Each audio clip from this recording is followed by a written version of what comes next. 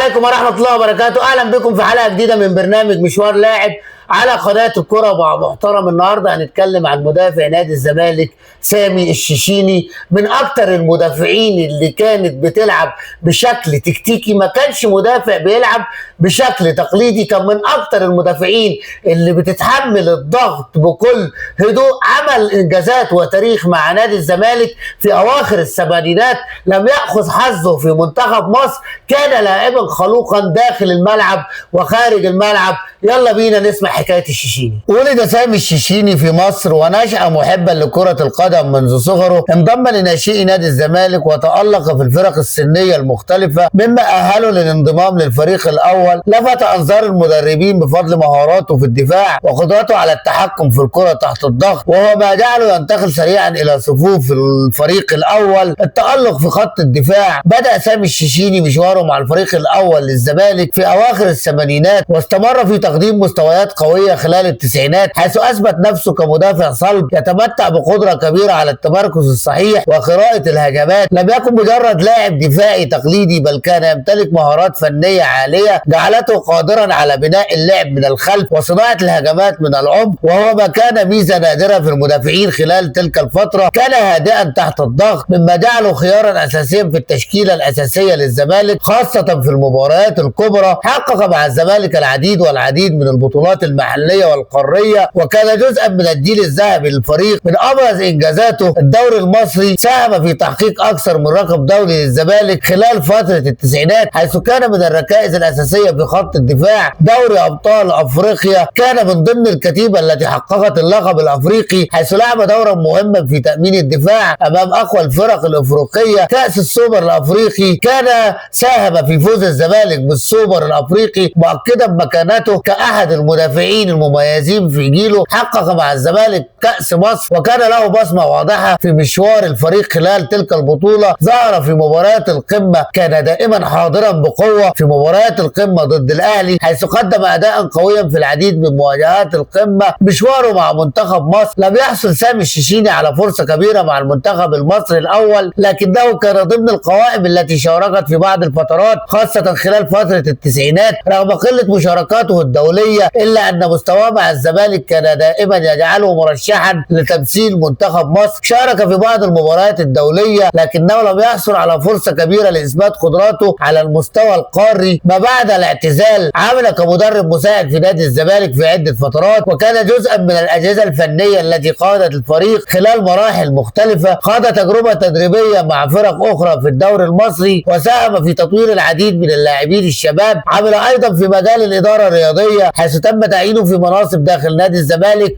مستفيدا من خبراته الكبيرة في الملاعب. تولى عدة مهام إدارية وفنية داخل الزمالك، وكان دائما أحد أبناء النادي الذين يتم الاستعانة بهم في الأوقات الصعبة. لما نقول سامي الشيشيني لاعب مميز، كان من أوائل المدافعين في مصر الذين يجيدون بناء اللعب من الخلف. امتلك شخصية قيادية داخل الملعب، كان هادي في التعامل مع الضغط، مما جعله لاعب لا غنى عنه في الدفاع. شارك في عصر الزمالك الذهبي، حقق بطولات مهمة للزمالك، كان ليه دور رئيسي في العديد من الإنجازات والبطولات. استمر سامي الشيشيني في خدمة نادي الزمالك والقلعة البيضاء بعد الاعتزال من خلال التدريب والإدارة، مما يؤكد حبه وانتمائه لهذا النادي الأبيض العريق. كان من أكثر اللاعبين انضباطا داخل وخارج الملعب، مما جعله يحظى بتقدير زملائه والجماهير. سامي الشيشيني ما كانش مجرد لاعب عادي في تاريخ نادي الزمالك، سامي الشيشيني من أفضل اللعيبة اللي جت في تاريخ نادي الزمالك خلقيا وفنيا، لعيب مثل يحتذى به. سامي الشيشيني صنع تاريخا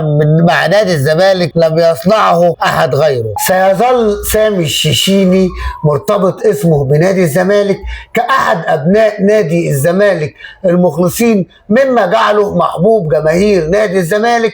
فيما بعد الاعتزال، اتجه سامي الشيشيني لخدمة نادي الزمالك، سواء في التدريب او في الادارة. لو عجبك الفيديو اعمل لايك واعمل شير، وما تنساش تقول لي رأيك في اكتر لحظة مميزة تفتكرها لسامي الشيشيني في الكومنتات. رمضان كريم.